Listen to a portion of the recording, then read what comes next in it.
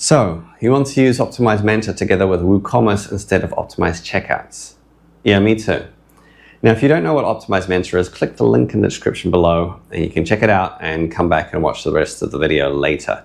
For everyone else, you've probably discovered by now that OptimizeMentor, and indeed the entire OptimizePress suite, has no WooCommerce integration, and nor is that likely to change anytime soon.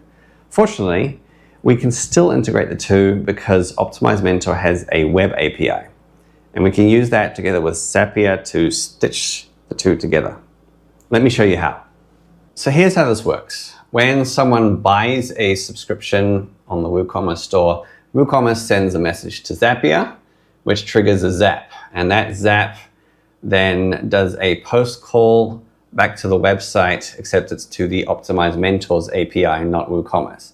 And it tells OptimizeMentor to add the buyer as a member to a particular membership.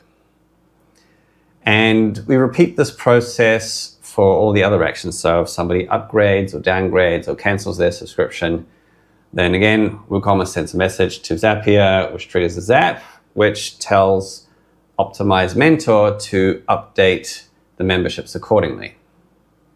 It's not ideal. I'd much rather have a proper integration that doesn't involve sending messages to an external server and then back again.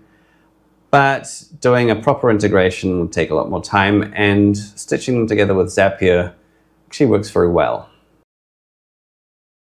So here's the logic we want to create, and the first 5 steps are basically the same. So the zap is triggered either when the subscription status is changed, so that's when somebody buys, cancels or whatnot, or the subscription is switched, that's when somebody upgrades or downgrades. Next step, we want to find the customer in WooCommerce to extract their email, because that's the email address that will be used for the membership. Next, we have a filter that says if there's no SKU number, then we skip it. And from there, we want to loop through the line items in the subscription, so in the order. And from that, we will look up the membership ID. So we take the SKU number and we have a table that maps the SKU number to the membership ID, which I told you to note down for each tier. And here's where the two zaps differ. So the one for adding or removing membership has 2 paths. Path A, if it's a new membership, then it will tell OptimizeMentor to add the membership. If the membership gets cancelled or expires or gets put on hold, then it'll go down path B and it will tell OptimizeMentor to remove the membership. Whereas the subscription level change zap, that one, the final steps are it'll add it to the new membership, and then it will remove it from the old, it will remove the person, from the old memberships. Here's what you're going to need. Obviously, you're going to need a website with WooCommerce. You will need the WooCommerce subscriptions plugin. You will also need a Zapier subscription, a paid one. I was already using a paid Zapier account, so no extra cost for me.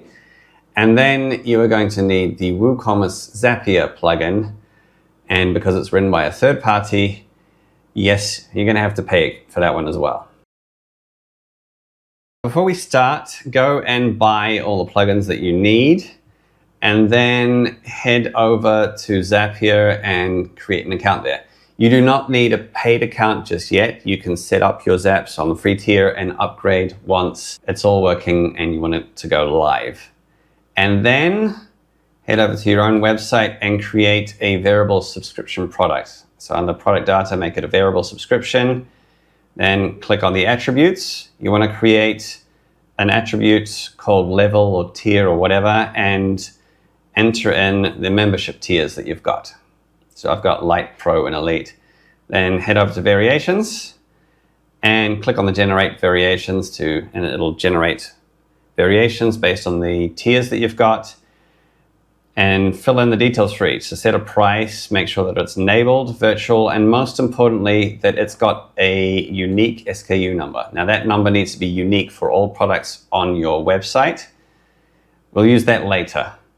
And oh yeah, very important, go to advanced and change the limit subscription to limit to 1 active subscription. This integration will only work properly if customers can buy 1 subscription only. Otherwise it won't work right. And besides, why would you want to have double access to the same membership portal? Once you've done that, then head over to OptimizeMentor and create the same membership tiers. So create a membership for each of the tiers and note the membership ID for each. Save them somewhere because we're going to need them very soon. Once you've done that, it would be a good idea to go to your store and to do a test purchase. And then, in fact, after you've done the test purchase, by the way, you can do this on a staging website if you don't want to do this on your live website. I'd recommend that actually. And then if you can, on your staging website, you can set Stripe to test mode so you can enter fake credit card numbers and you're not spending real money. Right? So once you've bought a subscription, this is so that Zapier has some test data to work with to make sure that it's working. I would suggest also doing a test membership upgrade or downgrade. Once again, that's for the second Zap, so we can test the second Zap as we are constructing it. All right, let's get started with Zap 1, the first one. The first step, we need to create a lookup table to map the SKU numbers that we created in the subscriptions to the OptimizeMentor membership IDs. So in Zapier, you will click on the orange button over here in Zapier Home, click Create, and then select Tables. And you want to use the lookup table template as a starting point. And I believe that's right down the bottom of the templates. Let's have a look. Yes. So you want to use click the Create Table here from Lookup Table. And then you want to create a table that looks like this one. So you've got 3 columns. The first column is the key. So that one's already named correctly. The next column you want to call Membership ID. So that's the membership OptimizeMentor membership ID that corresponds to the SKU number. By the way, the computer doesn't care what you call it. This is so that you know what you're looking at. And the final column is called Other Membership IDs. And you can delete the rest of the columns that they have in the template. You don't need them. And then just fill them in. So I have here, first row, I've got the SKU MLite. It corresponds to membership ID 1. And the other 2 membership tiers, that's what the other membership IDs is for, the Pro and Elite tiers, so they're 2 and 3. They are membership IDs 2 and 3. Make sure you don't put any spaces in this. It's got to be 2,3 because this is going to go into a URL to call OptimizeMentor's web API. And if you put spaces in, it can screw it up. So the next row is M Pro, membership ID 2, and the other membership IDs are 1 and 3, and so on and so forth. So you fill in this table. It's also a good idea to name the table. I've named it SKU to membership ID. That's so that you know what it is. There's nothing worse than doing this a bunch of times and then ending up with a whole bunch of tables and zaps that you have no idea what they do. And once you've done that, go back to home and create a zap. Now, the first time I tried recording this, I tried to do everything from scratch and I felt it wasn't clear enough. So what I'm going to do instead is I will go through the zap that I've already created step by step. But you need to create a new zap, so you would do that by, once again, clicking the orange button in the home, clicking create, and this time click zap. And you want the trigger to be WooCommerce. So you choose the WooCommerce trigger. It'll probably ask you to connect an account at this point, if you haven't done so already, which I assume you haven't. And then you want to choose the kind of WooCommerce event to be subscription. And this covers a range of actions. So subscription. Under trigger, you want to choose the subscription status changed. So this trigger will be triggered whenever a subscription changes from active to canceled or expired or anything like that. That's the one that you want to use. And then you click continue and it will ask you to test it. All going well, you get the green tick here and you can move on. Create another step, also WooCommerce. This time, the event you want is find customer. So the first step is the trigger for the zap.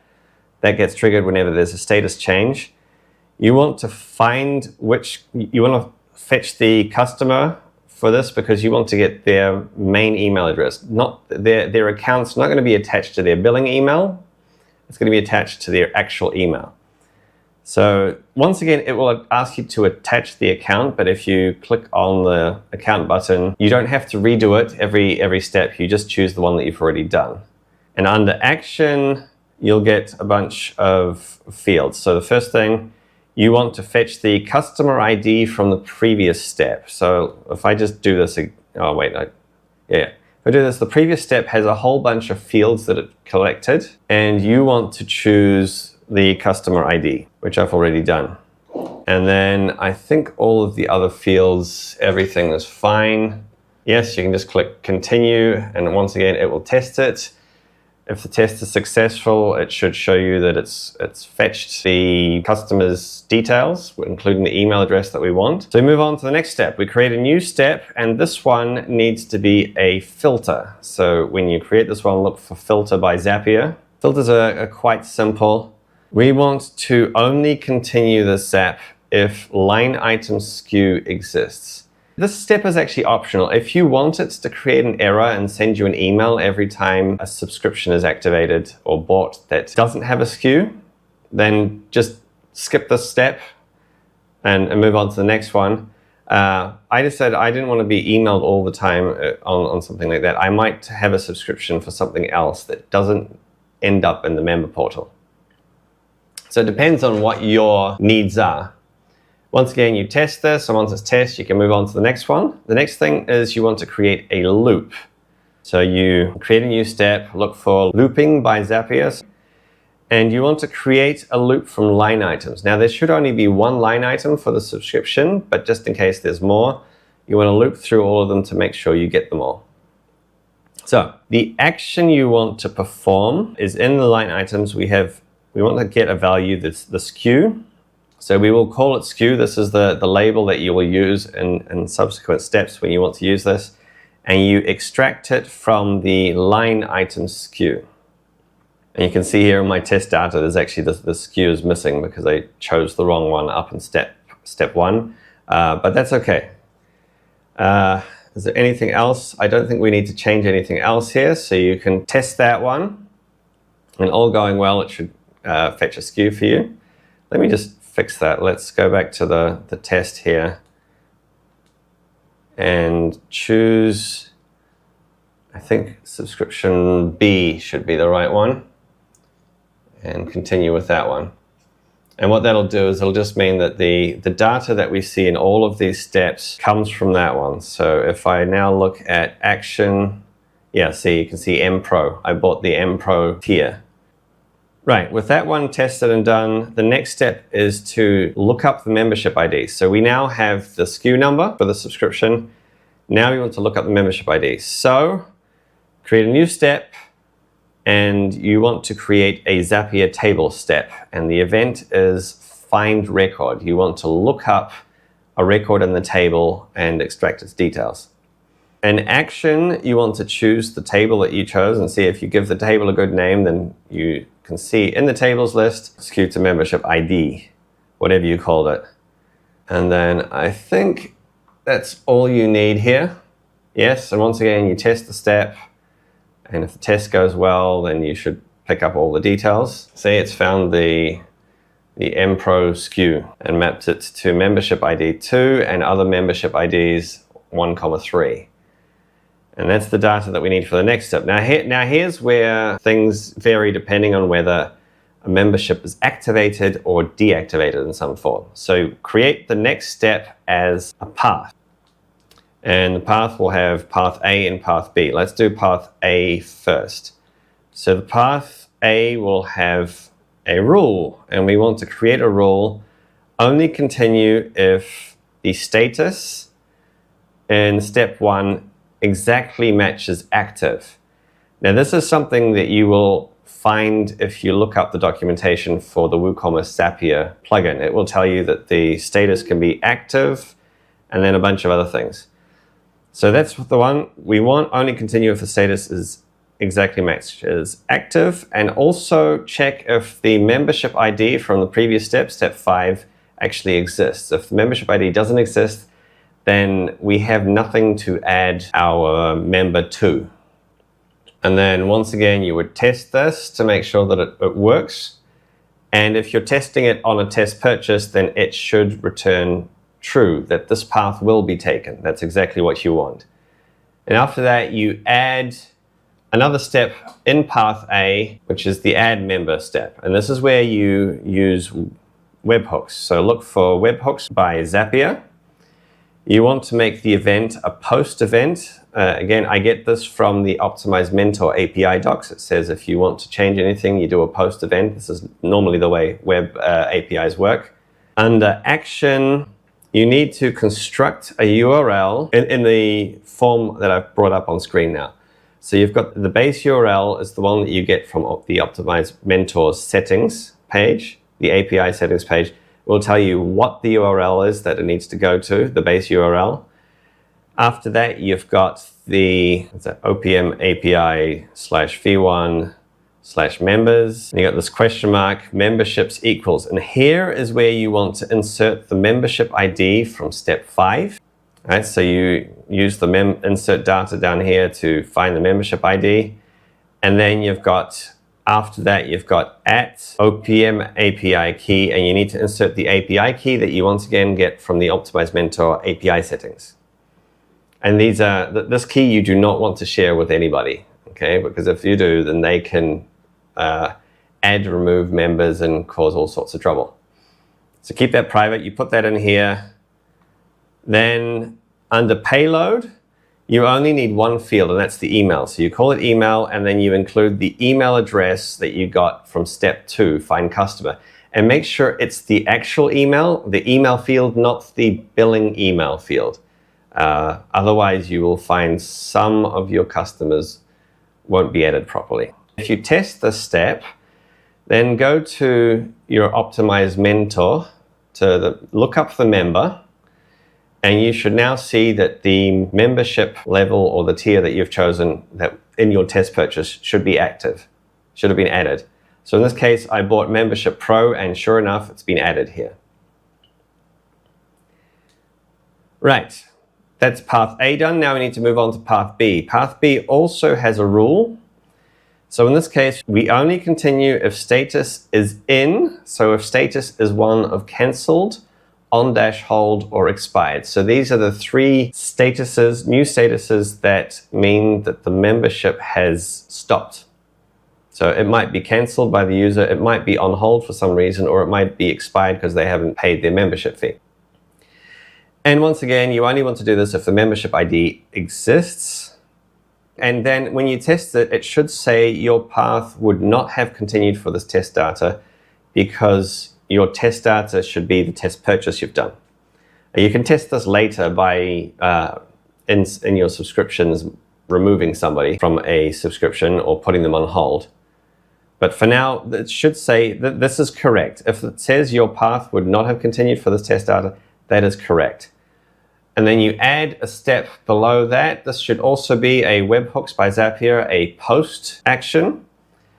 And you use almost the same URL. So same pattern, you've got the base URL that you got from OptimizeMentor.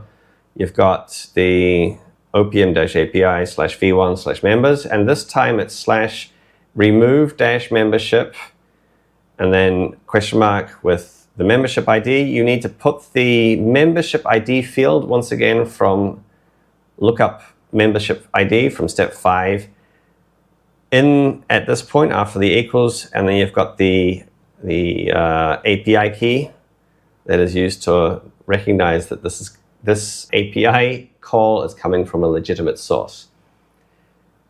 And under data, it's still the same thing. You have an email field, and you need to insert the email from the find customer step 2. And if you were to test this step on an actual remove event, then when you went to your OptimizeMentor member and looked at the member, then this Membership Pro would have disappeared. And that is Zap 1 done. Because Zap 1 and Zap 2 are almost the same, the first 5 steps are basically the same, I recommend, to save yourself time, you just go over here, back to Home, and you go to the Zap that you've just created. By the way, you should, I forgot, at this stage you can publish that Zap, or you can just save it as a draft. Whatever the case, you go to your Zap and you create a copy of the Zap. I guess you do it somewhere else. So create a copy of that Zap, and then what you can do is, back to here, you can take the add membership step and put it above step 6, the paths, and then take the remove membership step and move it to just above paths as well, and then delete the paths.